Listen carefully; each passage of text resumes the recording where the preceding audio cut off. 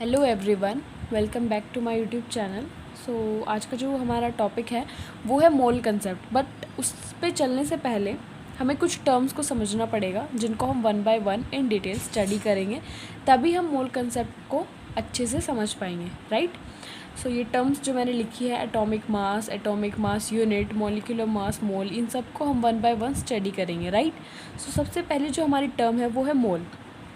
So it is defined as a quantity which is use to measure amount of substance. यानी कि मोल एक quantity है। Obviously जो हम पढ़ चुके हैं कि मोल एक क्वांटिटी है, राइट, जो आप फिजिक्स में भी पढ़ते हो। तो ये किस लिए यूज़ की जाती है? अमाउंट ऑफ सब्सटेंस को मेज़र करने के लिए, ठीक है। और वन मोल किसके इक्वल होता है? 6.022 इंटू 10⁻23 पार्टिकल्स के। तो अब मोल के बाद जो सेकेंड टर्म है वो है atomic mass unit, in short AMU, ठीक है। It is defined as mass equal to 1/12 of mass of one carbon atom. एक कार्बन एटम का जो मास है उसका 1/12 मास को हम डिफाइन करते हैं as atomic mass unit, AMU, right. So 1 AMU is equal to 1.66 into 10⁻24 gram, ठीक है। अब जैसे कि एक टर्म आती है इसमें, रिलेटिव मास। इसमें क्या होता है कि हम एक एलिमेंट को स्टैंडर्ड ऑफ रेफरेंस चूज़ करके चलते हैं, जिसकी हेल्प से हम बाकी अदर एलिमेंट्स का जो मास है उसको कैलकुलेट करते हैं या मतलब फाइंड आउट करते हैं, राइट। सो सबसे पहले हम मतलब जो पहले स्टैंडर्ड ऑफ रेफरेंस चूज़ किया गया था जो एलिमेंट, वो था हाइड्रोजन एटम, राइट। उसके बाद ऑक्सीजन एटम, बट लास्ट में जो फाइनल किया गया वो था कार्बन एटम, C12, जो कार्बन का एक आइसोटोप है, राइट। सो अगर हम जैसे मास ऑफ हाइड्रोजन एटम हमें पता है कितना है, 1.67 into 10⁻24 gram.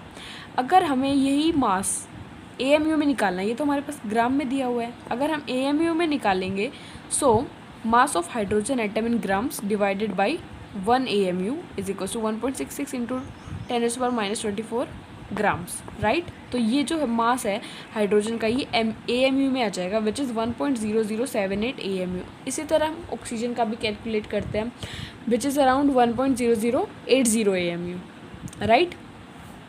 So now days AMU is defined और replaced as U, which is unified mass. मतलब कि अब जो है हम AMU की जगह U, मतलब AMU को रिप्लेस कर दिया हमने U से, which is called as unified mass, right. उसके बाद जो हमारी टर्म है वो है atomic mass, which is represented by capital A, right. It is defined as mass of 1 mole of atoms. यानी कि एक मोल ऑफ एटम्स का जितना मास होता है वही हमारा एटॉमिक मास होता है, right. And 1 mole is equals to 6.022 into 10⁻23 particles, जो मैंने आपको बता ही दिया था पहले, ठीक है। उसके बाद जो टर्म है वो है gram atomic mass. It is defined as the weight of one atom of element expressed in 1 gram, in grams। मतलब एलिमेंट का एक एटम का वेट जो कि हम ग्राम में एक्सप्रेस करते हैं वो होता है gram atomic mass. The weight of one atom of element expressed in gram, यानी कि एलिमेंट का कोई भी एक एटम, उसका वेट जब हम उसको ग्राम्स में एक्सप्रेस करते हैं, रिप्रेजेंट करते हैं, तो वो क्या होता है? ग्राम एटॉमिक मास, ठीक है। सो नेक्स्ट जो टर्म है जो हम इंट्रोड्यूस करते हैं, दैट इज़ एवरेज एटॉमिक मास। ये टर्म हम क्यों इंट्रोड्यूस करते हैं एवरेज एटॉमिक मास? क्योंकि जो बहुत सारे एलिमेंट्स हैं वो आइसोटॉप्स के फॉर्म में एग्जिस्ट करते हैं। अभी आइसोटॉप्स क्या होता है? आइसोटॉप्स वो होते हैं जिनमें जो एटॉमिक नंबर है वो सेम रहता है, बट जो एटॉमिक मास है वो डिफ़र कर जाता है, तो वो आइसोटॉप्स होते हैं, राइट। तो बहुत से एलिमेंट्स हैं वो आइसोटॉपिक फॉर्म में एग्जिस्ट करते हैं, उनके लिए ही एवरेज एटॉमिक मास जो टर्म है वो इंट्रोड्यूस की गई है। क्योंकि जैसे किसी भी एलिमेंट के 2 आइसोटॉप है, 3 आइसोटॉप है, तो हम जो एटॉमिक मास है वो किसको कंसीडर करेंगे? तो हम उन सब का एवरेज निकाल लेते हैं, ठीक है। जैसे क्लोरीन है, कार्बन है, ऑक्सीजन है, ठीक है। सो अब हम देखते हैं कि एवरेज मास को हम कैसे कैलकुलेट करते हैं, right. So its formula is A1x1 plus A2x2 up to so on AnXn divided by 100, right? Here A1 A2 are atomic masses of isotopes, ठीक है, and x1 x2 are x1 x2 relative abundance और percentage abundance, यानी कि कितने amount में वो present है, right. तो ये हो गया एवरेज मास का फॉर्मूला।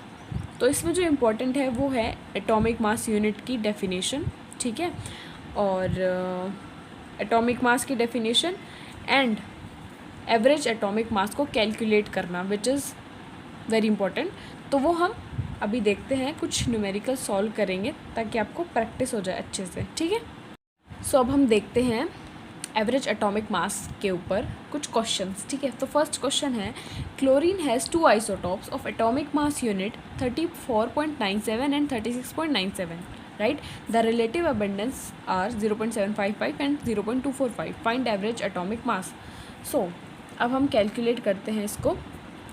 तो हमें पता है एवरेज एटॉमिक मास का फॉर्मूला हमारे पास क्या होता है,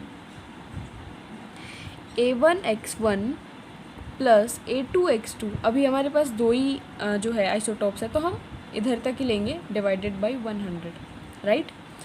so here A1 and A2 क्या है, एटॉमिक मास ऑफ आइसोटॉप्स, यानी कि A1 की जगह हम लिखेंगे 34.97 इंटू X1 क्या है, रिलेटिव अबंडेंस ऑफ फर्स्ट मतलब आइसोटॉप, तो वो क्या है 0.755 plus A2 36.97 into X2 is 0.245 and divided by 100। तो जब आप इसको सॉल्व करोगे तो हमारे पास क्या आएगा 35.46, ठीक है।